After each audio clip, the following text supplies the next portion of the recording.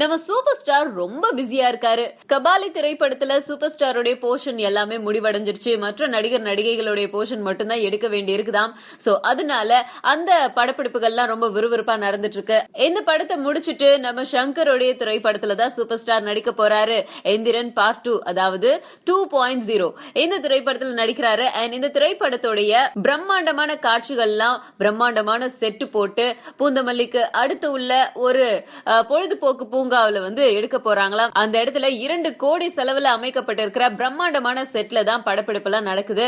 And இதுல முக்கியமான சில காட்சிகள், அதுவும் 500க்கும் மேற்பட்ட துணை நடிகர்களை வச்சு நிறைய காட்சிகள் எடுத்துட்டு இருக்காங்க.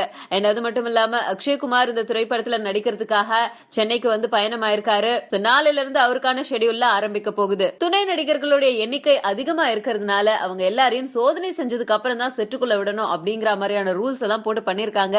சில துணை நடிகர்கள் இதுக்கு ஆட்சேபனை தெரிவிச்சிருக்காங்க. இந்த விஷயம் எப்படியோ நம்ம சங்கருக்கு தெரிய இந்த மாதிரி சோதனை பண்றதெல்லாம் நிறுத்துங்க அப்படின்னு சொல்லியிருக்காரு. அண்ட் ரஜினிகாந்த், அக்ஷய்குமார் இவங்க சம்பந்தப்பட்ட காட்சிகள் எடுக்கும் போது மட்டும் குறிப்பிட்ட சில நபர்கள் மட்டும் தான் அந்த இடத்துல இருக்கணும் அப்படிங்கிற ரூல்ஸ் எல்லாம் போட்டிருக்காங்க.